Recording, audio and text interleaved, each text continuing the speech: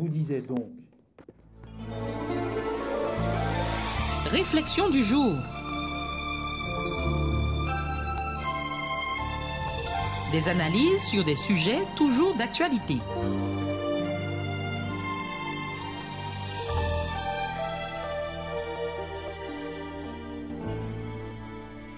Bonjour chers auditeurs, chères auditrices de DRVM. Je vous souhaite une bonne semaine en espérant que ces méditations qui nous conduiront tout au long de la semaine soient bénéfiques pour notre relation avec Dieu.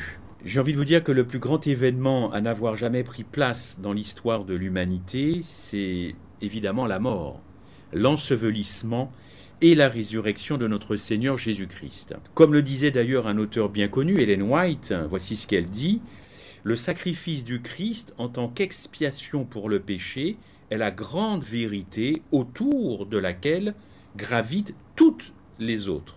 Pour être correctement comprise et appréciée, chaque vérité de la parole de Dieu, de la Genèse à l'Apocalypse, doit être étudiée à la lumière qui jaillit de la croix du Calvaire. » Vous retrouverez cette citation dans le Ministère évangélique, page 309.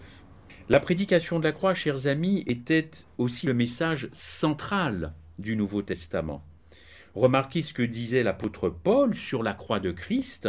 « Ce n'est pas pour baptiser que Christ m'a envoyé, dit-il, c'est pour annoncer l'Évangile, et cela sans la sagesse du langage, afin que la croix de Christ ne soit pas rendue vaine. Car la prédication de la croix, poursuit-il, est une folie pour ceux qui périssent, retenez bien périssent, mais pour nous qui sommes sauvés, elle est une puissance de Dieu. » Ce texte, 1 Corinthiens 1, versets 17-18, voire également 1 Corinthiens 2, verset 2.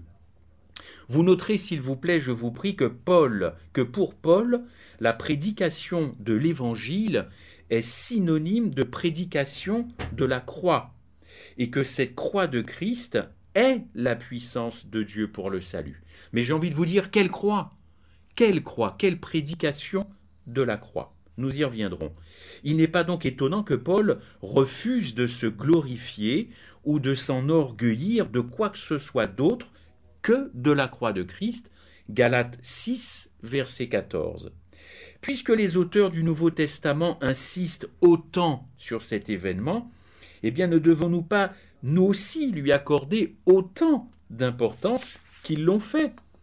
Depuis la naissance de l'Église chrétienne, plusieurs points de vue et plusieurs théories ont été présentées à la chrétienté concernant l'expiation de la croix. L'expiation et la croix de Christ. Alors, il y a par exemple la théorie de la substitution, la théorie de la satisfaction, la théorie du rachat, la théorie de l'influence morale. Nous reviendrons sur cette théorie de l'influence morale. Bref, chaque théorie prétend être la vérité fondamentale sur la croix de Christ.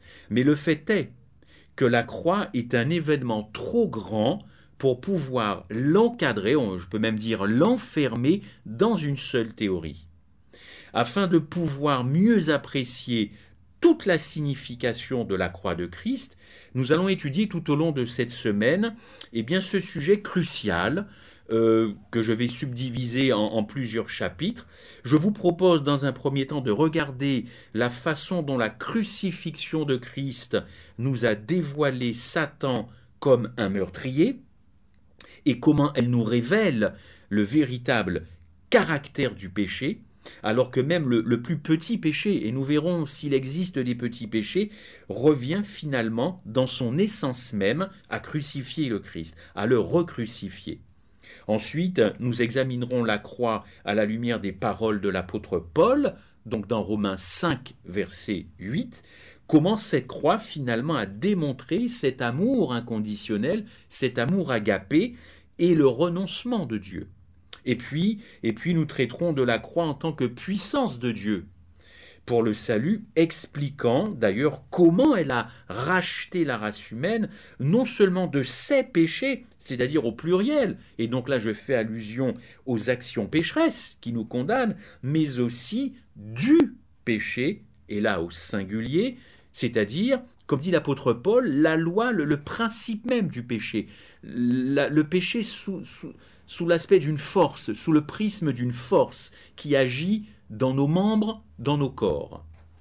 Et puis, après avoir jeté ce regard sur la croix, eh bien, nous allons considérer évidemment la résurrection. Non seulement la résurrection de Christ joue un rôle important dans notre rédemption, mais c'est la source de mon espérance, et j'espère la source de votre espérance en tant que chrétien adventiste du 7e jour. Elle constitue la plus grande preuve que Christ a vaincu le péché, mais il a également vaincu la mort. 2 points essentiels, évidemment, pour notre salut. Alors, si je vous pose cette question ce lundi matin, qui Satan a-t-il tué ? Ah, vous me répondrez, le Fils de Dieu. Oui, c'est vrai, c'est juste, vous avez raison. Mais pour nous, les êtres humains, le meurtre représente l'action de tuer quelqu'un, n'est-ce pas ? Mais aux yeux de Dieu, le meurtre commence par un désir caressé ou une haine, tel que le montre d'ailleurs le Sermon sur la montagne, où Jésus a très bien expliqué que si vous vous mettez en colère contre quelqu'un, si vous haïssez cette personne, si vous avez du ressentiment pour cette personne, eh bien, excusez-moi, mais vous avez déjà commis un meurtre dans votre cœur. Relisez le texte de Matthieu 5, 21-22. Ainsi, selon la loi de Dieu, le meurtre n'a pas besoin d'être un acte. Le meurtre, c'est une haine, encore une fois, un ressentiment que l'on entretient envers une personne. S'adressant d'ailleurs aux Juifs qui se trouvaient être des victimes de Satan, Jésus leur raconta un jour cette parabole que nous trouvons dans Matthieu 21, verset 33, vous la connaissez peut-être, je vais la raconter brièvement. Il y a dans cette parabole un homme auquel appartenait une vigne et qui partit pour un pays éloigné. Il confie la vigne aux soins de ses serviteurs. Très bien, il envoie ensuite un homme en récolter les profits chaque année. Or, chaque fois qu'il envoyait une personne, elle était lapidée ou chassée. Et évidemment, du coup, le propriétaire ne pouvait rien tirer de sa vigne. Alors il se dit finalement, j'enverrai mon fils. Ils auront au moins du respect pour lui. Mais vous connaissez la fin de l'histoire, ils firent exactement le contraire. Et il se dit, nous allons nous débarrasser de lui, nous pourrons alors nous emparer de tout son héritage. Ils décidèrent donc de tuer son fils. Alors, vous l'avez compris, Jésus faisait allusion, bien sûr, à l'attitude des Juifs à son égard. Souvenez-vous que les Juifs allaient bientôt accomplir les désirs de Satan, qui voulait prendre la place de Dieu. Retenez bien cela, nous y reviendrons. Par conséquent, chers auditeurs, chères auditrices, tout ce qui existe en ce monde déchu est basé sur 3 motivations fondamentales que l'on retrouve dans 1 Jean 2, verset 16, la convoitise de la chair, la convoitise des yeux et l'orgueil de la vie. À la base de ces 3 mobiles fondamentaux de l'homme pécheur se trouve le grand principe de l'égocentrisme, le grand principe du moi, et vous le savez, c'est le fondement même du royaume de Satan, l'égocentrisme, être centré sur soi-même et évidemment ne pas faire considération des autres. Dans le Nouveau Testament, on rapporte comment les nombreuses tentatives mises en œuvre par Satan, justement pour tuer Christ, ont échoué. La première tentative, vous la connaissez, fut la destruction des jeunes enfants par l'armée d'Hérode à Bethléem. Hérode le Grand devint lui aussi à son tour une victime de Satan qu'il a utilisé comme instrument. Cette histoire familière, vous le savez, se termina par l'échec de Satan, du moins dans sa tentative de se débarrasser de Christ. Si vous lisez le texte de Luc 4, versets 9 à 11, nous assistons à une autre tentative d'assassinat, n'est-ce pas ? De Satan dirigé contre Christ. Elle a lieu dans le contexte des tentations dans le désert. De nouveau, dans Jean 10, 31-39, nous voyons comment le démon utilisa les Juifs pour tenter de lapider Jésus à mort. Dans ce passage, vous noterez le mot « encore » et nous y reviendrons. Excusez-moi. Ce mot, évidemment, indique que ce n'était pas la première fois que les Juifs ont essayé de tuer Jésus-Christ. En parcourant ces versets, nous constatons que Satan échoua encore une fois. Mais nous devons, chers amis, nous poser une question très simple. Pourquoi Satan a-t-il échoué? Pourquoi Satan a-t-il échoué? Il y a deux textes qui vont nous aider à réaliser pourquoi les tentatives de Satan ont toutes échoué.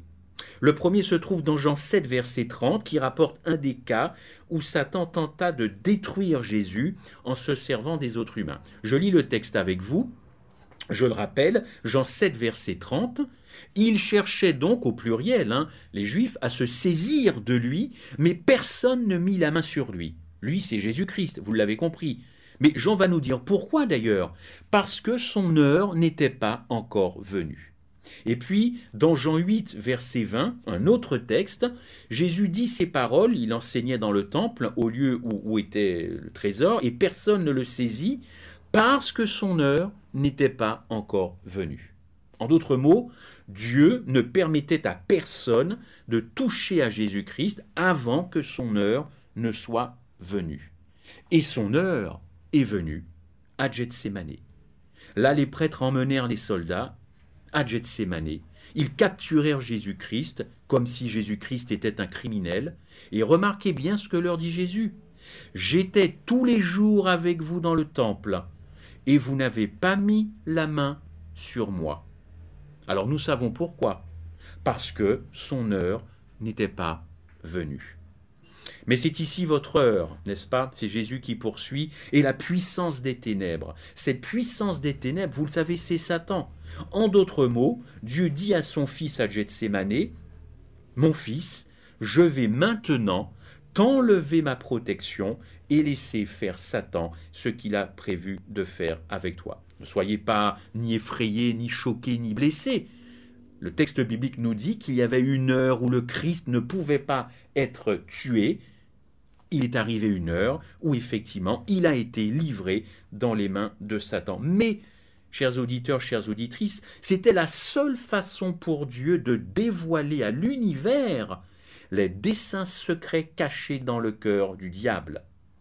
Lorsqu'il découvrit, en entendant les paroles de Jésus-Christ rapportées dans Luc 22, verset 53, que le Père avait retiré sa protection à son Fils, alors là, Satan s'est dit, je ne vais pas seulement le tuer, je vais lui infliger la mort la plus cruelle qui n'ait été jamais inventée dans ce monde, la crucifixion.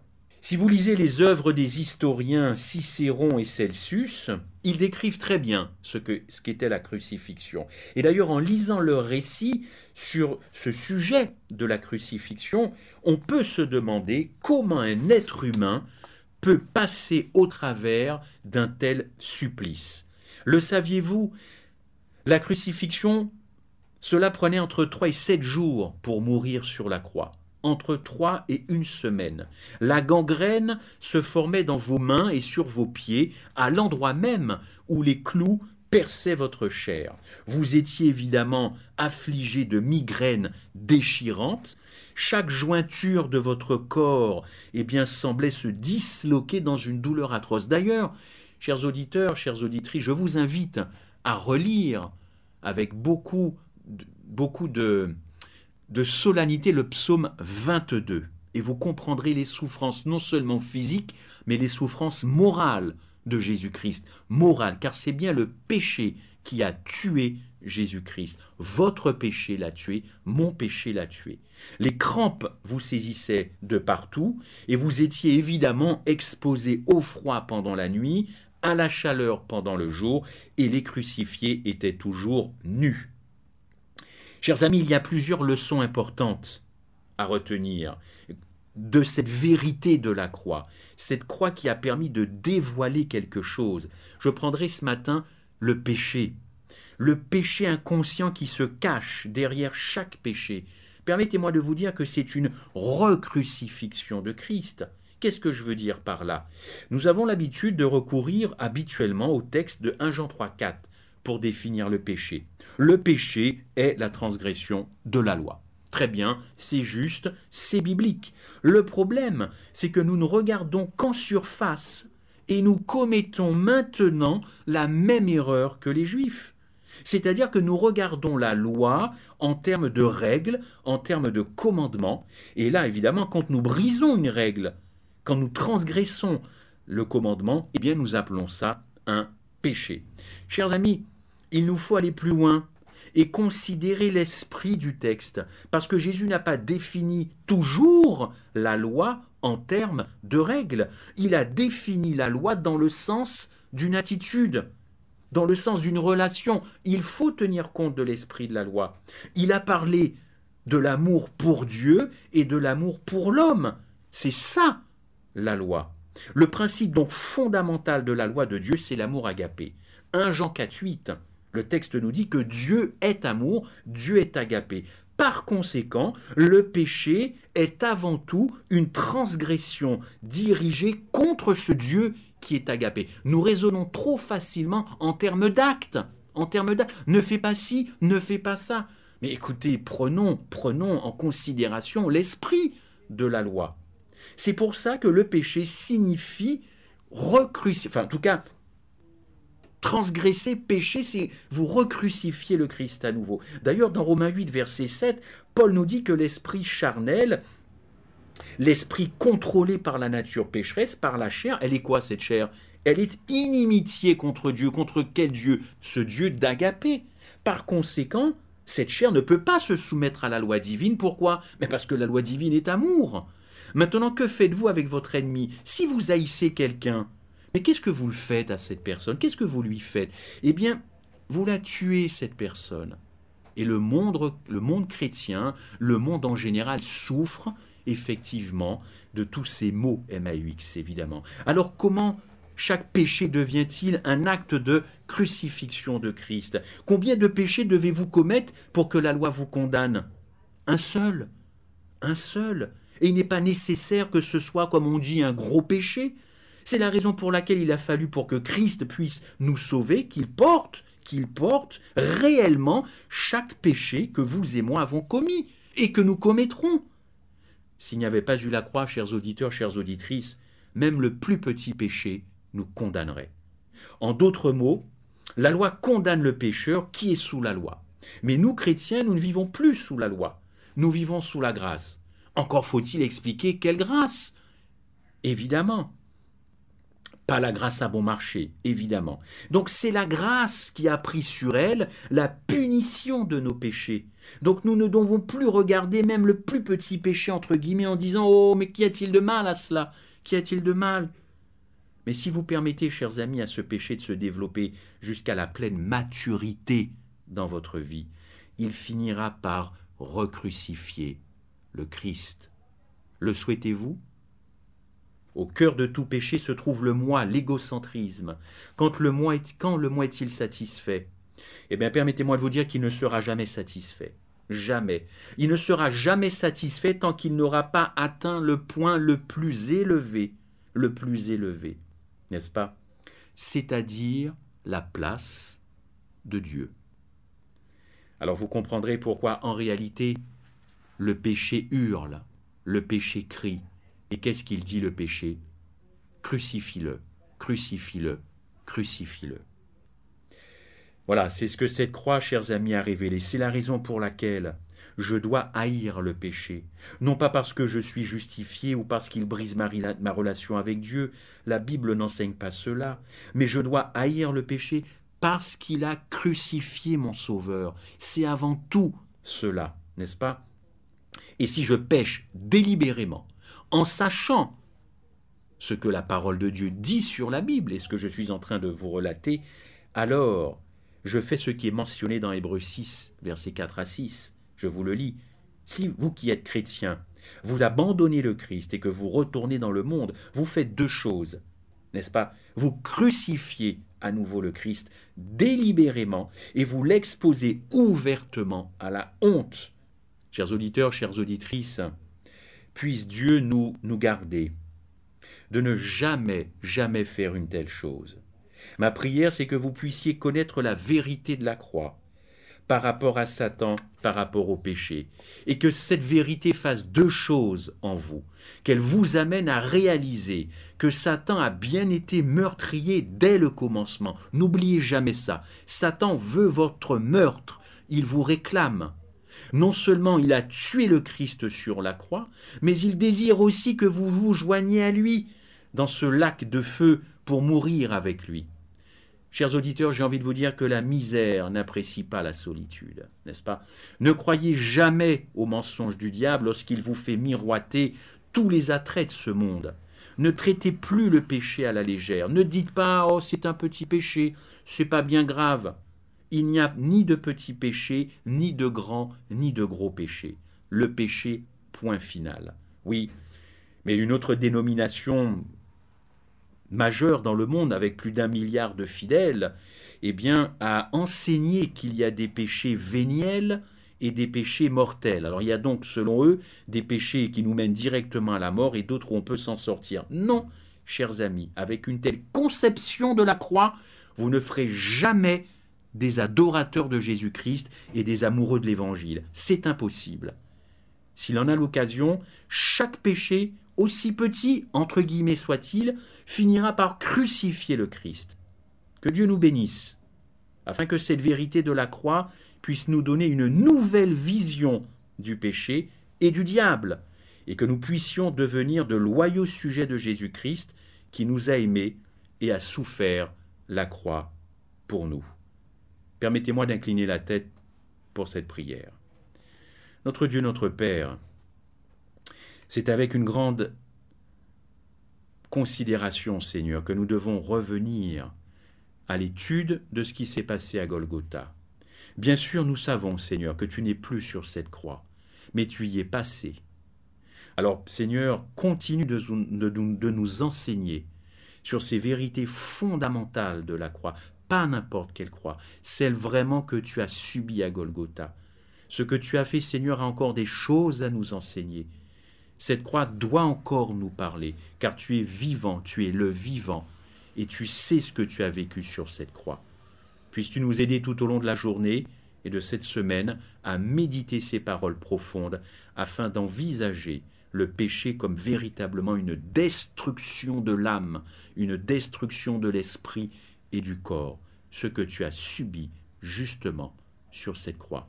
Garde-nous dans ta paix, au nom de Jésus-Christ. Amen. C'était la réflexion du jour.